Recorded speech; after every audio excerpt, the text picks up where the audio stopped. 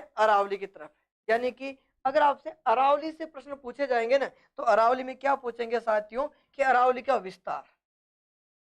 एक तो आपसे ये क्या पूछेंगे कि विश्व की सबसे प्राचीन पर्वतमाला कौन सी, तो अरावली। भाई अरावली में जो क्वेश्चन होंगे ना, एक क्या होगा कि विश्व की सबसे प्राचीन, यानी आपसे पूछ सकते हैं प्राचीन। प्राचीन पूछें तो आपको क्या नाम बताना होगा साथियों का, अरावली पर्वतमाला हो जाएगी। विश्व की सबसे प्राचीन पर्वतमाला कौन सी होगी, अरावली पर्वतमाला। अरावली पर्वतमाला जो है, इस पर्वतमाला का निर्माण पूछा जा सकता है, निर्माण कौन से युग में, तो प्री कैम्ब्रियन, यानी इसका निर्माण जो है वो कौन से युग में हुआ, तो प्री कैम्ब्रियन युग में हुआ। इस युग के बारे में बताने वाला व्यक्ति कौन था, तो A.M.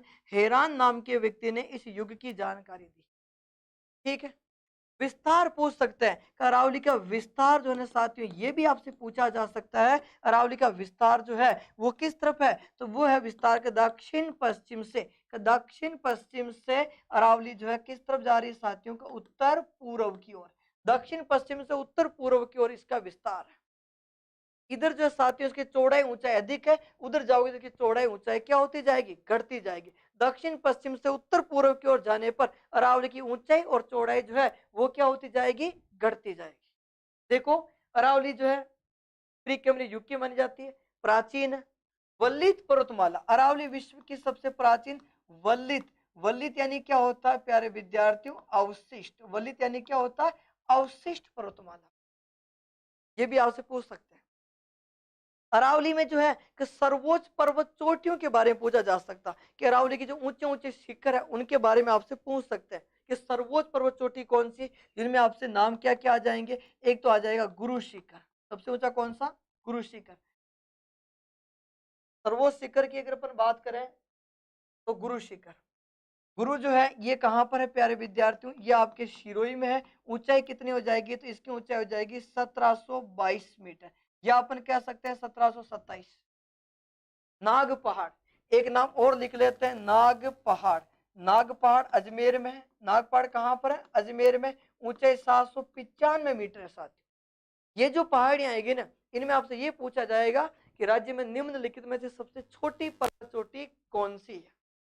ठीक है, आगे चलते। मैदानी भाग कैसा, न कि अरावली, न कि पठार, न कि आपके मरुस्थल, बनास आपके मैदानी भाग का हिस्सा है। और यहाँ पर जो प्रमुख मैदान है, जैसे कि एक तो ये मैदान हो जाएगा, यहाँ पर मैदान कौन सा हो गया, छप्पन का। छप्पन का मैदान हो जाएगा प्यारे विद्यार्थियों, जो बांसवाड़ा प्लस प्रतापगढ़ में है, माई नदी बनाएगी। एक यहाँ पर मैदान हो जाएगा जिसका नाम है मेवाड़ का मैदान। ये कौन सा मैदान है, मेवाड़ का मैदान, जो राजसमंद और चित्तौड़ में है। राजसमंद और चित्तौड़। एक यहाँ पर मैदान हो जाएगा जिसका नाम है मालपुरा। मालपुरा का मैदान, और मालपुरा का मैदान जो है ये राजस्थान के कौन से जिले में है, तो मालपुरा का मैदान टोंक में है साथियों। या फिर आपसे ये पूछे कि भोराट का पठार, या पूरी पूछे लसाड़े पठार, ये पठार कौन सा है, तो इस पठार का नाम है साथियों को भोराट। भोराट का पठार बहुत ही इंपॉर्टेंट है। ये कहां से कहां तक है, तो ये चलता साथियों गोगुंदा। गोगुंदा से कहां तक चलेगा साथियों को, कुंभलगढ़। गोगुंदा से कुंभलगढ़। और याद करते हैं, और ये जो पॉइंट है ना साथियों, ये सबसे इंपॉर्टेंट पॉइंट है। अब तक का सबसे ज्यादा बार, अब तक का सबसे ज्यादा बार जो क्वेश्चन है प्यारे विद्यार्थियों, वो यहीं से पूछा है, और आपको इसको विशेष तौर पे याद रखना है। परीक्षा में सबसे ज्यादा बार आया हुआ क्वेश्चन जो है वो यहां से है। और ये क्या है कि कोपेन के अनुसार राजस्थान, यानी कोपेन के अनुसार, कोपेन के अनुसार अपन बात कर रहे हैं। कोपेन के अनुसार राज्य की जलवायु, राज्य की जलवायु जो है ना प्यारे विद्यार्थियों, ये जलवायु का वर्गीकरण, जलवायु का वर्गीकरण की अपन बात कर रहे हैं प्यारे विद्यार्थियों। इन्होंने राजस्थान की जलवायु को 1918 में विभाजन किया था। कोपेन जो है ये, इसका पूरा नाम क्या था, इसका पूरा नाम है साथियों के व्लादिमीर कोपेन, यानी व्लादिमीर कोपेन जो है इसका पूरा नाम है। इसने 1918 में राजस्थान की जलवायु का विभाजन किया था। कितने भागों में किया था, 4 भागों में। व्लादिमीर कोपेन ने राजस्थान की जलवायु को 1918 में 4 भागों में बांटा गया। क्या भाग थे उसके, तो उसके भाग थे साथियों को BWHW, एक भाग है साथियों BSHW, एक भाग है साथियों CWG, और एक भाग है प्यारे विद्यार्थियों AW। ये मानचित्र अगर आपको याद है तो आपको दुनिया की कोई ताकत नहीं जो ये क्वेश्चन गलत हो जाए। BWHW, BSHW, CWG या फिर AW, ये आपको याद रखने हैं तो सब कुछ याद रह जाएगा। इसमें क्या है साथियों, तो मैं आपको लिख के बता देता हूं। देखो ये क्या है, इसका मतलब हो जाएगा उष्ण कटिबंध, उष्ण कटिबंध, उष्ण कटिबंधीय शुष्क जलवायु, उष्ण कटिबंधीय शुष्क जलवायु। यहां पर अपन बात कर सकते हैं कि अर्ध शुष्क जलवायु, अर्ध शुष्क या फिर अपन कह सकते हैं स्टेपी, अर्ध शुष्क या स्टेपी जलवायु। इसको अपन लिख सकते हैं साथियों को उप आर्द्र जलवायु। ये आपकी कौन सी जलवायु, उप आर्द्र। और ये कौन सी हो जाएगी, तो यहां पर हो जाएगी साथियों का उष्ण कटिबंध, उष्ण कटिबंध आर्द्र जलवायु, उष्ण कटिबंधीय आर्द्र जलवायु, ये इनका मतलब है। BWHW का मतलब क्या है, उष्ण कटिबंधीय शुष्क या मरुस्थलीय जलवायु कह सकते हो। BSHW को कह सकते हैं अपन अर्ध शुष्क जलवायु कह सकते हैं। CWG को कह सकते हैं अपन उप आर्द्र जलवायु। AW को कह सकते हैं अपन उष्ण कटिबंधीय आर्द्र जलवायु। लेकिन साथियों ध्यान देना, वैसे तो कोपेन का जो ये जो अक्षर लिख रखे हैं, इन सब शब्दों का मतलब अलग अलग है। ये सारे शब्द का मतलब अलग अलग होता है। जैसे कि मैं ये बताऊं आपको, ये जो बी लिखा है इसका मतलब अलग है, ये बी जो लिखा गया ना, इस बी का मतलब अलग है, इस बी का मतलब डब्ल्यू, इसका सबका अलग अलग मतलब है। ये बी जो लिखा गया इसका मतलब क्या होता, वह स्थान जहां पर वर्षा कम परंतु वाष्पीकरण अधिक हो, वह स्थान जहां पर वर्षा कम परंतु वाष्पीकरण अधिक हो, उसे दर्शाने के लिए बी शब्द का प्रयोग किया गया। ये जो बड़ा वाला डब्ल्यू नजर आ रहा ना आपको, ये बड़ा वाला डब्ल्यू जो मरुस्थलीय क्षेत्र को दर्शाता है, बड़ा डब्ल्यू। एच जो लिख रखा है ये गर्म स्थान को दर्शाता, और छोटा जो डब्ल्यू लिख रखा है ये किसको दर्शाता, छोटा जो स्थान दे रखा है ये किसको दर्शाता, सर्दियां शुष्क और गर्मियों में वर्षा होती है। सर्दियां तो क्या रहेगी, शुष्क, और गर्मियों में वर्षा होती है। विंटर ड्राई, समर रेन जिसे अपन कहते हैं। ये वापस बी एस एस, देखो बी क्या हो गया, वर्षा कम वाष्पीकरण अधिक। बी क्या हो जाएगा, वर्षा कम वाष्पीकरण अधिक।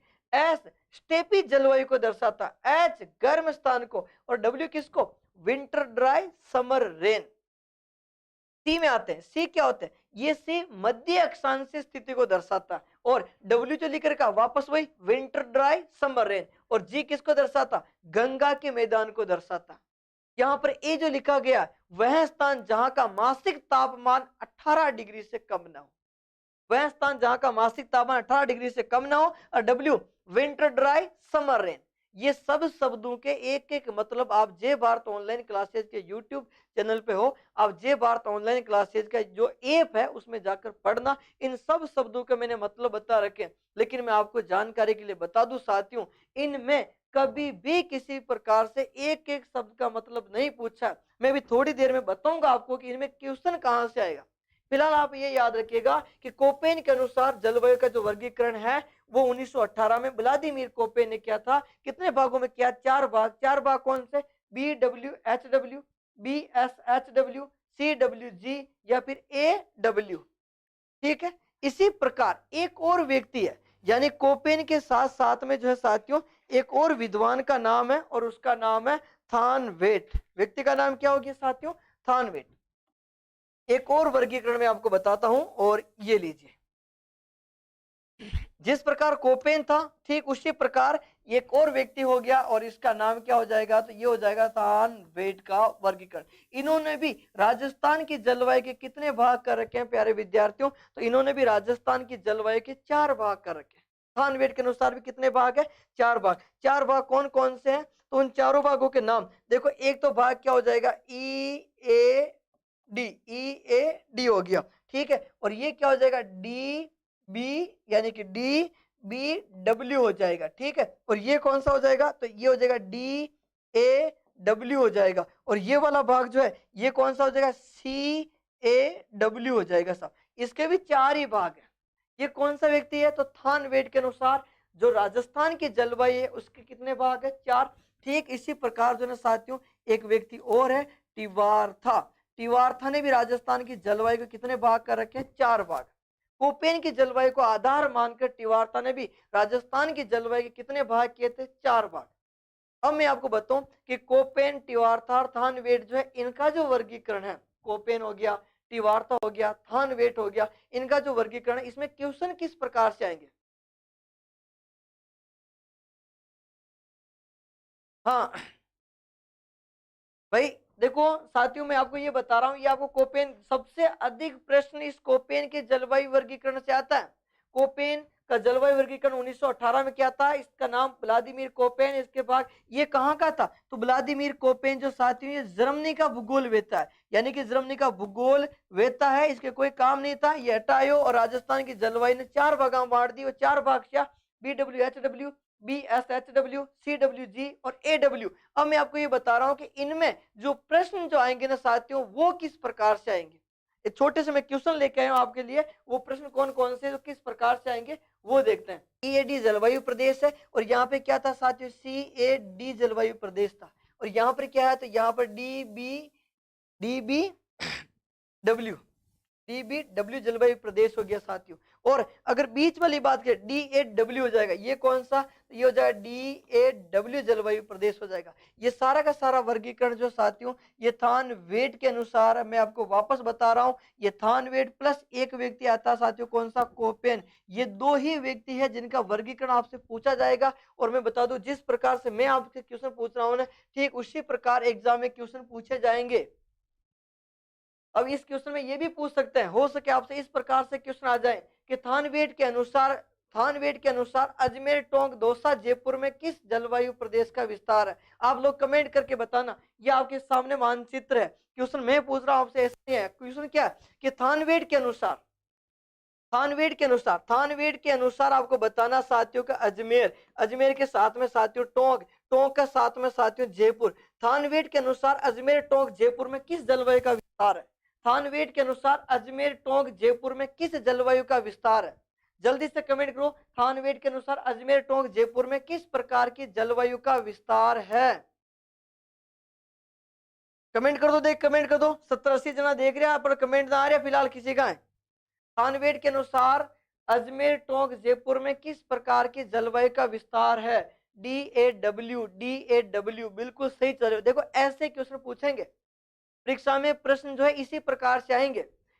चलो और आगे चल, ऐसे कुछ प्रमुख उत्पादन क्षेत्र जिनके बारे में ही पूछा जाता, जैसे मैं नंबर 1 पे खनिज का नाम लिखता हूं साथियों, लोहा। तो लोहे में क्या पूछा जा सकता कि लोहे का उत्पादन कहां कहां से होता, तो लोहे का उत्पादन होगा प्यारे विद्यार्थियों, प्रमुख स्थानों के नाम लिखवा रहा हूं, मोरिजा, यानी एक प्रमुख स्थान है जिसका नाम हो जाएगा साथियों को मोरिजा बेनाल है। ये मोरिजा बेनाल जयपुर में है। एक आपका स्थान का नाम है नीमला रायसेला।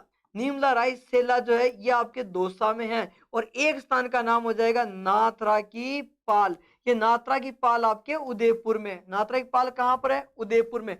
नीमला रायसेला कहां पर है, दौसा में। मोरिजा बेनाल कहां पर है, जयपुर में।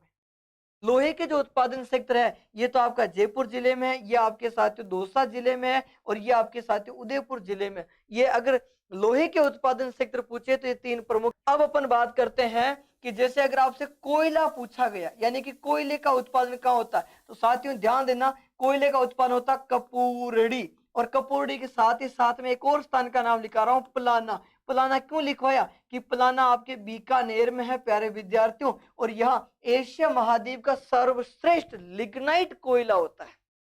एशिया का सर्वश्रेष्ठ लिग्नाइट कोयला जो है वो पलाना बीकानेर में है। थोड़ा सा याद रखना, राज्य में अगर आपसे ये पूछे राज्य में सर्वाधिक कोयला जो है वो कौन सी किस्म का होता है, तो वो किस्म हो जाएगी प्यारे विद्यार्थियों लिग्नाइट। लिग्नाइट किस्म राज्य में सबसे अधिक किस किस्म का कोयला होता, लिग्नाइट। अगर यहाँ पर लोहा पूछा जाता तो लोहा कौन सा होता, हेमेटाइट। लोहा कौन सा होता, हेमेटाइट किस्म का लोहा राजस्थान में सबसे अधिक है। और कोयला पूछे तो भाई अपने राजस्थान में कौन सा कोयला सबसे अधिक होता है, तो लिग्नाइट। राजस्थान में कौन सा लोहा सर्वाधिक होता है, तो वो आपके हेमेटाइट होगा। चलो जलवायु प्रदेश है तो 10 हो जाएंगे। 10 में से सबसे बड़ा जो कृषि जलवायु प्रदेश है वो आपका कौन सा, शुष्क। यानी कि ये क्या हो जाएगा प्यारे विद्यार्थियों, तो ये हो जाएगा सबसे बड़ा कृषि जलवायु प्रदेश। सबसे बड़ा कृषि जलवायु जो प्रदेश है वो आपका कौन सा हो जाएगा, शुष्क मैदानी पश्चिमी क्षेत्र। शुष्क मैदानी पश्चिमी क्षेत्र राजस्थान का सबसे बड़ा कृषि जलवायु प्रदेश। सबसे छोटे की बात करें तो आर्द्र दक्षिणी मैदानी क्षेत्र में हो जाएगा। ये क्या विशेषता, तो इसकी हो जाएगी सबसे छोटा, यानी कि सबसे छोटा कृषि जलवायु प्रदेश जो है वो आर्द्र मैदानी क्षेत्र हो जाएगा। तो आपके डूंगरपुर बांसवाड़ा क्षेत्र की जो बात करें ना, ये अपने राजस्थान का सबसे छोटा कृषि जलवायु प्रदेश रहेगा। अगर साथियों सर्वाधिक उपजाऊ पूछे कि सबसे उपजाऊ कृषि जलवायु प्रदेश, तो ये रहेगा बाढ़ संभाव्य जो क्षेत्र है सर्वाधिक, यानी कि सर्वाधिक उपजाऊ सबसे अधिक उपजाऊ व मिश्रित कृषि, सबसे अधिक उपजाऊ व मिश्रित कृषि जो वाला क्षेत्र रहेगा वो कौन सा रहेगा, बाढ़ संभाव्य पूर्वी मैदानी जो क्षेत्र है वो सबसे अधिक कृषि, मिश्रित कृषि और उपजाऊ क्षेत्र रहेगा।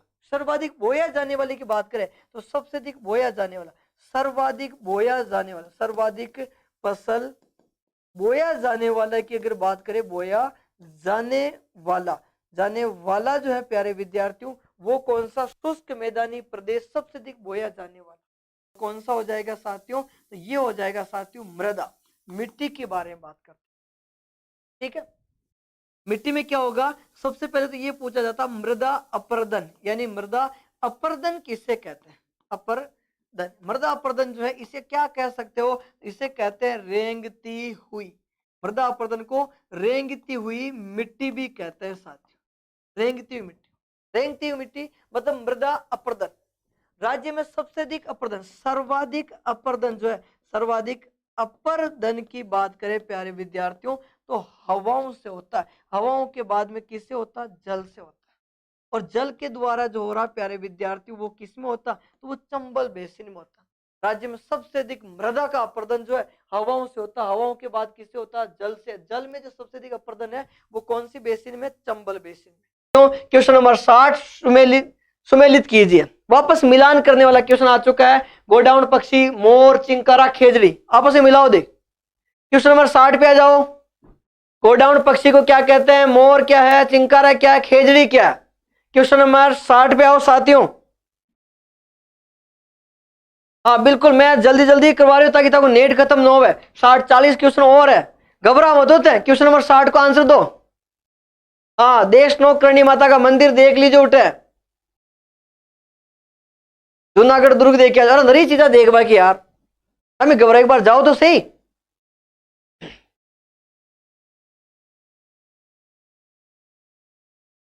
हाँ ठीक है, देखो गोडाउन पक्षी जो प्यारे विद्यार्थी राज्य पक्षी है, मोर जो राष्ट्रीय पक्षी है, चिंकारा जो राज्य पशु है, और खेजड़ी जो है प्यारे विद्यार्थी इसे अपन जाति कह सकते हैं। मैं यहाँ पर ये भी लिखवा देता हूं, ये क्या हो जाएगा प्यारे विद्यार्थियों, राज्य वृक्ष हो जाएगा। ये क्या हो जाएगा साथियों, तो राज्य वृक्ष हो जाएगा। इस क्वेश्चन का राइट आंसर होगा 2, 1, 4, 3, 2, 1, 4, 3। पहला जो क्वेश्चन है प्यारे विद्यार्थियों बिल्कुल सही है। क्वेश्चन नंबर 60 का आंसर हो जाएगा ए ऑप्शन, बिल्कुल सही है। जाओ क्वेश्चन नंबर 67 67 पे, कहां गए, अरे पानी वानी भरवा गयो, पानी की बोतल भर लेना हो यार, लो ध्यान दो थे तो अभ्यारण्य और संबंधित जिला बताना अपना। बंद बरेटा अभ्यारण्य कहां पर है, जमवाई रामगढ़ अभ्यारण्य कहां पर है, वन विहार अभ्यारण्य कहां पर है, रामगढ़ विषधारी अभ्यारण्य कहां पर है। अभ्यारण्य और उनके सामने जिला आपको मिलान करने हैं, चटाक से बताओ। बंद बरेटा अभ्यारण्य कहां पर है, जमवाई रामगढ़ अभ्यारण्य कहां पर है, वन विहार अभ्यारण्य कहां पर है, रामगढ़ विषधारी अभ्यारण्य कहां पर है। क्वेश्चन नंबर 67 पर आपको मिलान करने हैं, आंसर आने लगे हैं, ए ऑप्शन, ए ऑप्शन, शाबाश मिला लो। देखो बंद बरेटा अभ्यारण्य यह अपने भरतपुर में है, जमवाई रामगढ़ अभ्यारण्य यह अपने जयपुर में, वन विहार अभ्यारण्य धौलपुर में, रामगढ़ विषधारी अभ्यारण्य बूंदी में। साथियों मैं आपको जानकारी के लिए बता दूं, इसके बारे में आपको विशेष याद रखना होगा। क्यों, क्योंकि ये राजस्थान की चौथी बाघ परियोजना है। यहाँ पे मैं लिखवा रहा हूं राज्य की चौथी, यानी कि राज्य की चौथी बाघ परियोजना जो है वो इसी में लागू की थी। साहब विशेष ध्यान रखें, आंसर तो क्या होगा 4, 3, 2, 1, आंसर 4, 3, 2, 1। इसका भी पहला ही सही है, लेकिन रामगढ़ विषधारी अभ्यारण्य जो है ये बूंदी में है और राजस्थान की चौथी बाघ परियोजना है। पहले इसके बारे में पढ़ते थे अपन कि राजस्थान का एकमात्र अभ्यारण्य जहां पर बाघ परियोजना न होते हुए भी स्वतंत्र रूप से बाघ विचरण करते हैं, तो वो करते करते सरकार वाले बना दी बाघ परियोजना, चौथे नंबर की होगी। और देश की बात करें कि देश के हिसाब से देखें तो देश की 52वीं बाघ परियोजना, देश की 52वीं बाघ परियोजना कौन सी है? तो रामगढ़ विषधारी अभ्यारण्य। राजस्थान की 34, भारत की 52वीं बाघ परियोजना रामगढ़ विषधारी अभ्यारण्य बूंदी में। आज ये 87 आ जाओ। निम्न में से किस मवेशी प्रजातियां चोकला, मगरा और नाली है? बकरी, भेड़, गाय, भैंस। चोकला किसकी नस्ल है? क्या बकरी की है, क्या भेड़ की है, क्या गाय की है, या भैंस की? किसकी नस्ल है चोकला? ये ना जो इस प्रकार के नाम आते हैं, मैं सारे को लिखा देता हूं। बा, खे, मामा, सोचो, पुनः के मजे। इसमें आपके सारे नाम आ जाएंगे। देखो ये क्या हो जाएगी? बाखड़ी, खेरी, मारवाड़ी, मालपुरी, सोनाड़ी, चोकला, पूगल, नाली, मगरा, जैसलमेरी।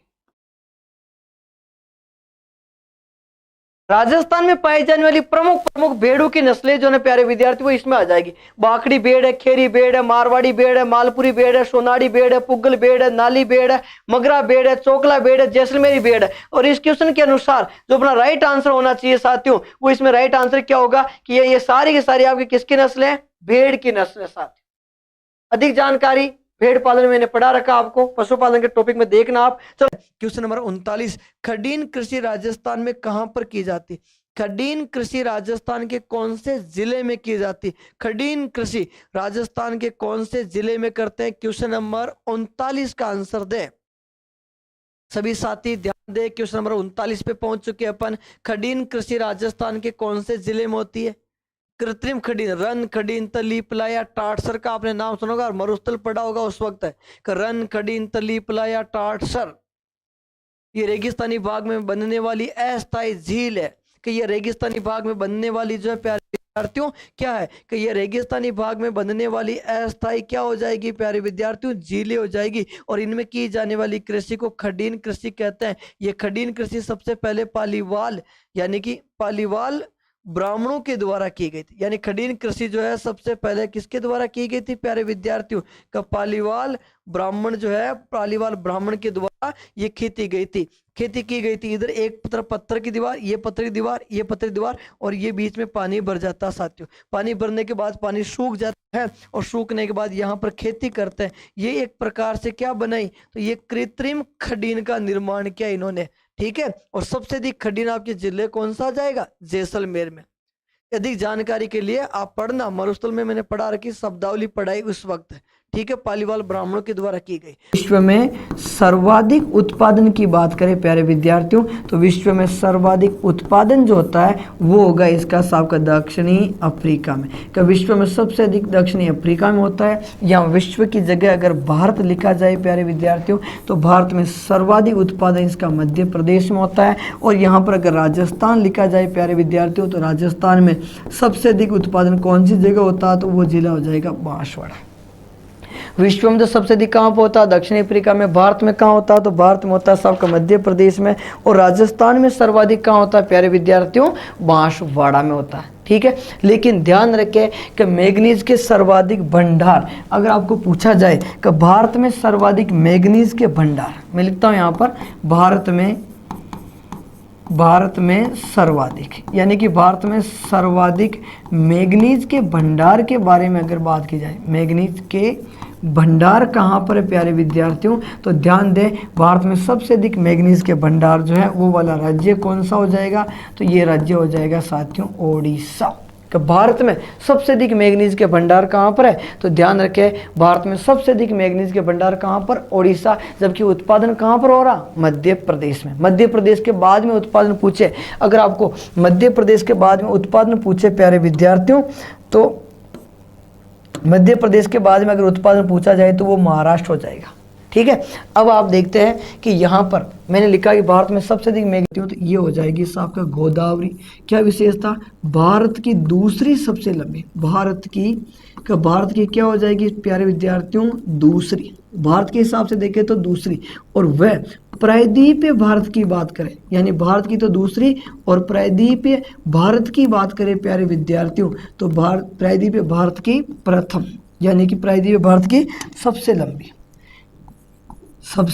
लंबी जो नदी पूछे आपसे, तो सबसे लंबी नदी कौन सी हो जाएगी प्यारे विद्यार्थियों, तो वो हो जाएगी गोदावरी, जिसकी लंबाई कितने किलोमीटर है कि 1465 किलोमीटर इसकी लंबाई है। यानी कि गंगा के बाद भारत की दूसरी सबसे लंबी नदी अगर आपसे पूछी जाए तो गंगा नाम है साहब का भागीरथी हो जाएगी। और ये संगम कौन सी जगह पर हुआ प्यारे विद्यार्थियों, तो ये संगम हो रहा साहब का देवप्रयाग है, यानी कि देवप्रयाग है प्यारे विद्यार्थियों। कौन से राज्य में, उत्तराखंड।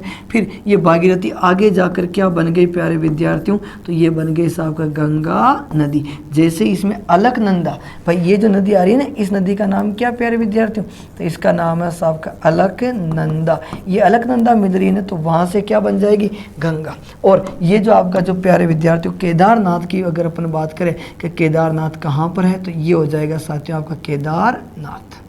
ठीक है, यानी कि यहाँ की सर्वोच्च पर्वत चोटी कौन सी है, तो ध्यान रखिए प्यारे विद्यार्थियों, इस पर्वत चोटी का नाम कौन सा हो जाएगा, इसका नाम हो जाएगा सैंडल पिक। कौन सा हो जाएगा, सैंडल पिक जो है ये उत्तरी अंडमान की सर्वोच्च पर्वत चोटी है। 738 मीटर जो है इसकी ऊंचाई है। ध्यान रखिए अंडमान की सर्वोच्च पर्वत चोटी, अंडमान निकोबार द्वीप समूह, अंडमान निकोबार द्वीप समूह जो है ना प्यारे विद्यार्थियों, इस द्वीप समूह की सर्वोच्च पर्वत चोटी, अंडमान निकोबार द्वीप समूह की सर्वोच्च पर्वत चोटी जो है वो कौन सी प्यारे विद्यार्थी, यहाँ पे धीरे धीरे जमाव जो हुआ ना दोस्तों, तो उस जमाव के साथ साथ यहाँ पर हिम यानी बर्फ का भी जमाव, मिट्टी के साथ बर्फ भी जम गई साहब नीचे मिट्टी के अंदर, फिर वो परत दर परत जमते गए। और यहाँ पर जो मिट्टी पाई जाती है दोस्तों वो मिट्टी है साहब, और मिट्टी कौन सी, तो यहाँ की मिट्टी होगी साहब का करेवा। कौन सी मिट्टी, करेवा। कौन सी मिट्टी दोस्तों, करेवा। ये करेवा क्या है दोस्तों, तो ये एक प्रकार की उपजाऊ मिट्टी है। करेवा क्या दोस्तों, अगर आपसे पूछे करेवा क्या, तो ये एक प्रकार की क्या हो जाएगी, तो ये हो जाएगी साहब का उपजाऊ मिट्टी। करेवा एक प्रकार की उपजाऊ मिट्टी होगी सबसे। ठीक है, और ये मिट्टी किसकी खेती के लिए, यानी किसकी खेती के लिए जानी जाती है, तो ये मिट्टी जो है यानी कि ये जानी जाती है दोस्तों के जाफरान केसर। कौन सी केसर दोस्तों बारे में बात करें दोस्तों, तो ये 22 मई को मनाया जाएगा। ठीक है, फिर अपन बात करें दोस्तों कि साहब का विश्व पर्यावरण दिवस, यानी कि पर्यावरण दिवस। तो पर्यावरण दिवस जो है ये कब मनाया जाएगा, तो पर्यावरण दिवस मनाया जाएगा साहब का 5 जून को। यानी पर्यावरण दिवस जो दोस्तों ये कब मनाया जाएगा, 5 जून को मनाया जाएगा। ठीक है, फिर अपन बात करें खेजड़ी दिवस, यानी कि खेजड़ी दिवस। तो खेजड़ी दिवस जो है ये कब मनाया जाएगा दोस्तों, तो खेजड़ी दिवस मनाया जाएगा साहब का 12 सितंबर। यानी खेजड़ी दिवस कब मनाया जाएगा, तो 12 सितंबर को मनाया जाएगा। खेजड़ी प्रतिशत 100 में से लगभग 30% सिंचाई नहरों के द्वारा होती है। और फिर अगर अपन बात करें, देखो कुओं की अगर बात करें तो यहाँ से 47% की बात करेंगे, और नलकूप की बात करेंगे दोस्तों तो यहाँ से 21% की बात करें। दोनों एक कुएं और नलकूप एक साथ ही होते हैं, 47 और 21, इन दोनों को आप जोड़ के लिख सकते हो। ये कितने हो जाएंगे दोस्तों, तो यहाँ पर साहब का 8 और ये क्या हो जाएंगे सब, यानी कि लगभग 67% सिंचाई कुएं नलकूप से हो रही है। ठीक, फिर तालाब की बात करें तो तालाबों से सिंचाई लगभग 1% और अन्य स्रोत भी लगभग 1%। पॉइंटों में वो तो एक पॉइंट भी नहीं है, लेकिन फिर भी अपन लगभग लिख रहे हैं, इसलिए मैंने पॉइंट नहीं लिखवाया यहाँ पे। ठीक है दोस्तों।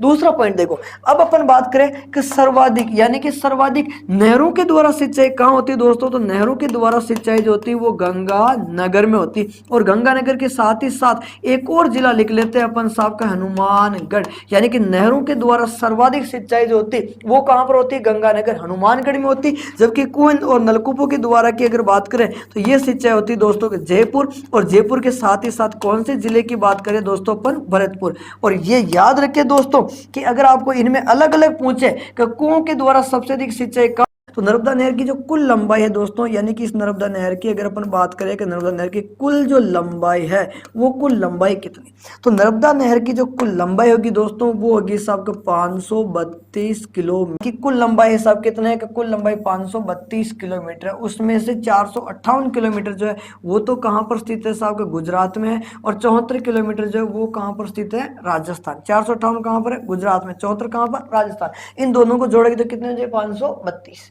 ठीक है। फिर अपन देखें नहर का प्रारंभ कहां से, सरदासपुर। नहर जो है कि राजस्थान में प्रवेश कहां से करती, तो नहर राजस्थान में प्रवेश करती साहब के सीलू, यानी नहर का राजस्थान में प्रवेश जो है वो कौन सा गांव है दोस्तों के, सीलू गांव। और सीलू गांव कौन से जिले में स्थित है, तो नहर का राजस्थान में प्रवेश सीलू गांव जालोर से होता है। ठीक। और फिर नहर का राजस्थान में अंत कहां पर होता है, तो नहर का राजस्थान में अंत होता है आपका गुड्डा मालानी, यानी नहर का राजस्थान में अंत होता है गुड्डा मालानी। और गुड्डा मालानी कौन से जिले की बात करें अपन दोस्तों, तो गुड्डा मालानी बाड़मेर। ठीक है। नहर का राजस्थान में प्रवेश सिलोगांव जालोर, नहर का राजस्थान में अंत गुड्डा मालानी बाड़मेर। अब नहर की अपन बात करें कि नहर की राजस्थान में लंबाई कितने किलोमीटर, तो राजस्थान में लंबाई 74 किलोमीटर, यानी कि राजस्थान में लंबाई कितने किलोमीटर दोस्तों, 74 किलोमीटर है। उस 74 किलोमीटर में से यानी कि जो 74 किलोमीटर है उसमें से 65 किलोमीटर जो है वो लंबाई तो कौन से जिले में स्थित है दोस्तों, तो 65 किलोमीटर तो जालोर में है। और बची 9 किलोमीटर जो है वो 9 किलोमीटर लंबाई कौन से जिले में स्थित है दोस्तों, तो बाड़मेर, यानी कि नहर तो चूरू में की गई साहब। ठीक है। फिर अपन बात करें विश्व स्तरीय, यानी कि विश्व स्तरीय का विश्व स्तर पर जो बर्ड पार्क है वो कहां पर साहब का, वो अपने गुलाब बाग यहाँ पर स्थित है दोस्तों। स्थान का नाम क्या हो जाएगा साहब का, गुलाब बाग है। और गुलाब बाग पर क्या है दोस्तों का विश्व स्तरीय, यानी कि विश्व स्तरीय बर्ड पार्क, यानी कि विश्व स्तरीय बर्ड पार्क की अगर अपन बात किया जाए दोस्तों तो वो कहां पर स्थित है, गुलाब बाग। और गुलाब बाग कौन से जिले की बात करें दोस्तों, तो गुलाब बाग अपने उदयपुर में स्थित है। यानी कि विश्व स्तरीय बर्ड पार्क की अगर अपन बात करें तो वो कहां पर स्थित है दोस्तों, का गुलाब बाग। और गुलाब बाग कहां पर स्थित है, उदयपुर में। नेचर पार्क की कहां पर स्थापना की गई दोस्तों, चूरू में। नेचर पार्क कहां पर है, चूरू में। और फिर गुलाब बाग में क्या, बर्ड पार्क स्थित है। और फिर रत्नागिरी कन्या उपवन हो जाएगी। और अब देखिए साहब इसके उपनाम है, यानी कि रावी के उपनाम क्या, तो रावी का उपनाम एक तो हो जाएगा प्यारे विद्यार्थियों पुरुषणी,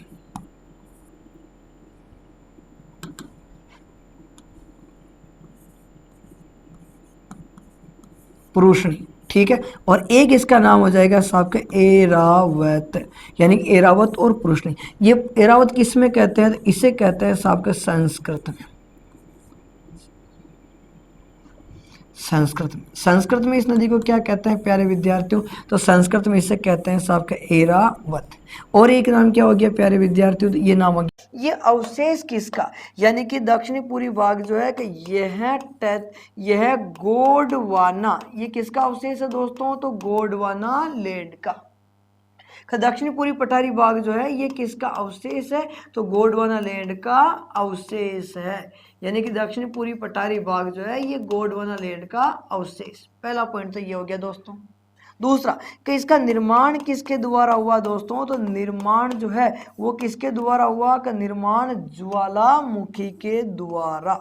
यानी कि दक्षिणी पूर्वी पठारी भाग जो है इसका निर्माण किसके द्वारा हुआ दोस्तों, तो ज्वालामुखी के द्वारा। दक्षिण पूर्वी पठारी भाग किसका अवशेष है दोस्तों, गोंडवाना लैंड का अवशेष है। निर्माण किसके द्वारा हुआ, ज्वालामुखी के द्वारा। ठीक है। फिर देखो कि यह विंध्यांचल, यानी कि यह जो है कि यह विंध्यांचल श्रेणी, यानी कि विंध्यांचल श्रेणी जो है दोस्तों उसका, कि विंध्यांचल श्रेणी का उत्तर पश्चिमी विस्तार है। यानी कि उत्तर पश्चिमी विस्तार, विंध्यांचल पर्वतमाला का उत्तर पश्चिमी विस्तार है। किस तरह विस्तार है दोस्तों, उत्तर पश्चिमी और विस्तार है। जो जो राजस्थान के जो राजस्थान जो है दोस्तों कि जो राजस्थान के दक्षिणी पूर्वी भाग में फैला हुआ, जो राजस्थान के दक्षिणी पूर्वी भाग में फैला हुआ, यानी कि ये विंध्याचल पर्वतमाला का उत्तर पश्चिमी और विस्तार है जो राजस्थान के दक्षिणी पूर्वी भाग में फैला हुआ। ये कैसे दोस्तों, तो इसको देखो एक बार, यहां पर देखो कि राज्य में सर्वाधिक बावड़ियां, राज्य में सर्वाधिक बावड़ी जो है, राज्य में सर्वाधिक बावड़ी कौन से जिले को में देखने को मिलेगी, तो राजस्थान में सर्वाधिक बावड़ियां देखने को मिलेगी दोस्तों कौन से जिले में, बूंदी में। ठीक है, कि सबसे अधिक बावड़ी जो वो कौन जिले में, बूंदी में। और बूंदी जो है कि बूंदी को बावड़ियों का शहर कहते हैं, यानी बूंदी जो है दोस्तों, इस बूंदी को बावड़ियों का क्या कहेंगे, तो बूंदी को बावड़ियों का शहर, यानी कि बावड़ियों का शहर किसे कहा जाएगा, तो बूंदी को। देखो दोस्तों, प्राचीन समय में राजा महाराजाओं के द्वारा बनाए गए सीढ़ीनुमा कुएं जो होंगे उन्हें क्या कहेंगे अपन, बावड़ी। ठीक है, और राजस्थान में सबसे अधिक बावड़ियां जो है वो कौन से जिले में देखने को मिल रही, बूंदी। इसीलिए बूंदी को अपन बावड़ियों का क्या करें दोस्तों, कि बूंदी को बावड़ियों का की विशेषता लिख रहा हूं मैं पहले, और ये कौन सा होगा, कि लूनी, या फिर अपन यानी कि लूनी बेसिन कह सकते हैं इसे, या लूनी बेसिन को ही, यानी कि लूनी बेसिन जो है दोस्तों, इस लूनी बेसिन को और क्या नाम है, तो इसका नाम है साहब का गोडवाड़ बेसिन, यानी कि लूनी बेसिन या गोडवाड़ बेसिन के नाम से जानते हैं। यानी कि इसका जो विस्तार होगा लूनी या गोडवाड़ बेसिन का, तो इसमें जिले कौन से आएंगे दोस्तों, तो एक तो जिला आ जाएगा सब कौन सा, का बाड़मेर के अलावा जिला कौन सा हो जाएगा दोस्तों, तो यहाँ पर फिर जिला हो जाएगा जालौर, और फिर उसके बाद में जिला कौन सा हो जाएगा दोस्तों, तो पाली। यानी राजस्थान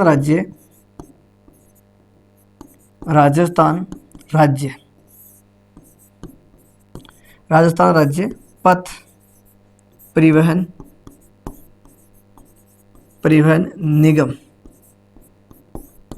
निगम की स्थापना। ठीक है, अगर आपसे ये पूछा जाए कि राजस्थान राज्य पथ परिवहन निगम की स्थापना कब हुई, यानी अपने राजस्थान पे रोडवेज की स्थापना के बारे में अगर पूछा जाए प्यारे विद्यार्थियों, तो 1 अक्टूबर 1964, यानी कि पथ परिवहन निगम की स्थापना कब की बात है, तो ये बात हो जाएगी 1 अक्टूबर 1964। और कहाँ पर, तो ये बात है प्यारे विद्यार्थियों टोंक में की गई थी। लेकिन वर्तमान में, यानी कि वर्तमान में इसका मुख्यालय कहाँ पर है, तो वर्तमान में मुख्यालय जो है ना प्यारे विद्यार्थियों, ये कौन सी जगह है, तो वर्तमान में इसका मुख्यालय हो जाएगा आपके जयपुर में। रोडवेज यानी राजस्थान राज्य पथ परिवहन निगम की स्थापना 1 अक्टूबर 1964 को टोंक में की गई, लेकिन वर्तमान में इसका मुख्यालय कहाँ पर है, तो उसके बाद दूसरी कपास हो जाएगी आपके हिसाब के देसी कपास, एक हो जाएगी आपके हिसाब के नरमा कपास। ठीक है, तो इस सेक्टर अनुसंधान केंद्र, केंद्रीय शुष्क अनुसंधान केंद्र की बात कर रहे हैं प्यारे विद्यार्थियों, ये कौन से जिले में है। मैं आपको जानकारी के लिए बता दूं प्यारे विद्यार्थियों कि इसकी स्थापना जो है, इसकी स्थापना हुई थी प्यारे विद्यार्थियों 1959 में। यानी इसकी स्थापना कब हुई थी, तो इसकी स्थापना 1959 में हुई थी। चंद्रवीर जी कहाँ चले गए थे, आपके आंसर नहीं आ रहे थे, जल्दी से आंसर दे प्यारे विद्यार्थियों, जल्दी से आंसर दे। आंसर बहुत स्पीड बहुत कम है आप लोगों की।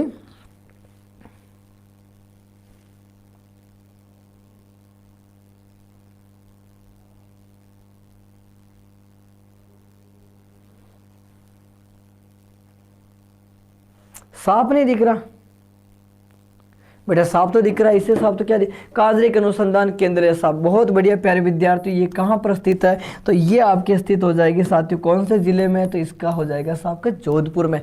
स्थापना कब हुई, तो इसकी स्थापना 1959 में की गई। चलो आगे, बांध है क्या, सरेरी बांध है क्या, मात्र कुंडिया बांध है, तो जल्दी से कमेंट कर दीजिएगा क्वेश्चन नंबर 1 का आंसर देना।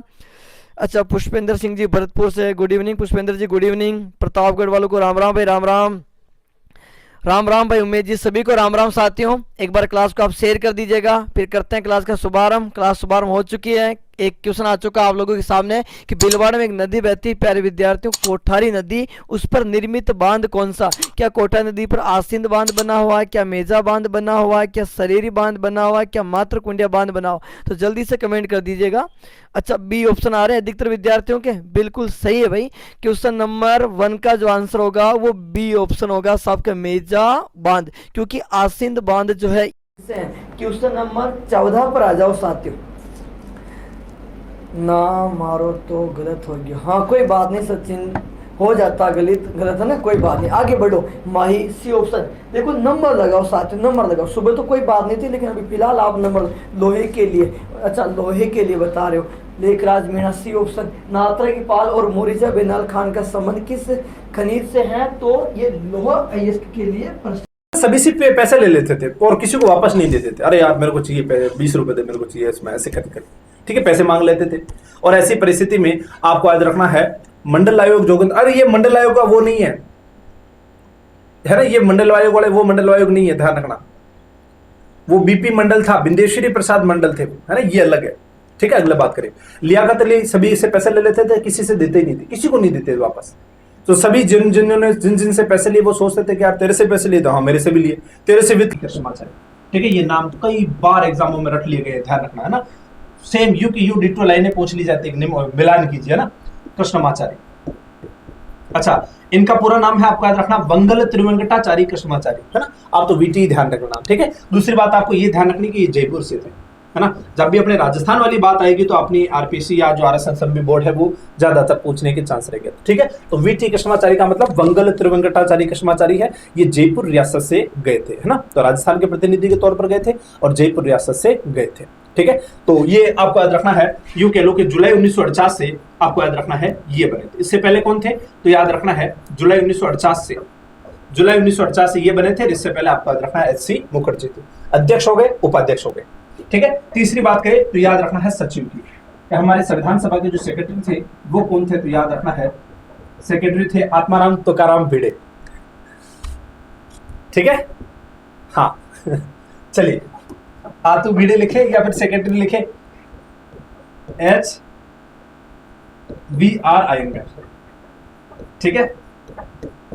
HVR आएंगे यानी सचिव है। तो मैं लिख लेता हूं वर्तमान सचिव। वर्तमान सचिव कौन है? तो याद रखना है अल्फा चौधरी, जो इसमें टाइम पर पद खाली था ना, उस टाइम पर कार्यवाहक अध्यक्ष रही थी अल्फा चौधरी। अल्फा चौधरी आपको याद रखना है सचिव रहे थे, ठीक है। अब प्रश्न आता है, देखो, हाँ गुरुजी बिजी है। अरे नीरज किस चीज में बिजी है बताओ ना। अरे मैं आपके कमेंट में हर कमेंट को देखता रहता हूं, लेकिन बहुत सारे कमेंट का यही रहता है, सर हमारी क्लास कब लगेगी, या फिर सर पीडीएफ कब लगेगी, या फिर जो मन माए टाइप करके भेज देते हैं। प्रश्न पूछने लायक प्रश्न नहीं आता। चलो आगे बात करते हैं। ये तो हमने किसके बारे में कंप्लीट कर लिया? महिला आयोग के बारे में कंप्लीट कर लिया। और महिला आयोग के अलावा एक तो अपने कल कौन सा देख लिया था? लोकायुक्त देख लिया था, और दूसरा आज महिला आयोग भी देख लिया है। अब अपन तीसरा जो आयोग बात कर रहे हैं वो कौन सा देखेंगे? तो सूचना आयोग देखेंगे, राज्य सूचना आयोग। आप सभी को पता है कि सूचना का जो अधिकार है वो अधिनियम कब आया? जल्दी कमेंट करके बताओ। देखिए, सूचना का अधिकार अधिनियम कब आया?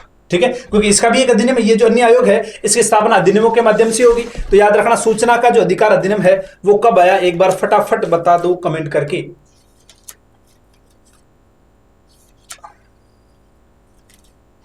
एक मिनट ना, कमेंट रोक रहे भाई। चित्र चेतन कंटेंट में जाकर, हाँ बिल्कुल बिल्कुल 2005 हाँ बहुत सारा 2006 बोल दिया ना, 2005 ध्यान रखना, 2005 में आया था। 12 अक्टूबर 2005 को लागू भी हुआ था, ठीक है, 12 अक्टूबर 2005 को, ठीक है। तो अब हम बात कर लेते हैं किस आयोग की? तो याद रखना सूचना के अधिकार की, या फिर यूं कह लो कि सूचना के अधिकार अधिनियम की अपन चर्चा कर लेते हैं, ठीक है। चलिए, ठीक है, तो अपन बात करेंगे राज्य सूचना आयोग, है ना, राज्य सूचना आयोग, ठीक है। और राज्य सूचना आयोग में अपन बात करेंगे किसकी? तो याद रखना अपन बात करेंगे राज्य सूचना आयोग में सबसे पहले तो अधिनियम की बात कर लेते हैं, जिस अधिनियम के तहत लागू हुआ। तो याद रखना है सूचना का अधिकार अधिनियम। सूचना का अधिकार अधिनियम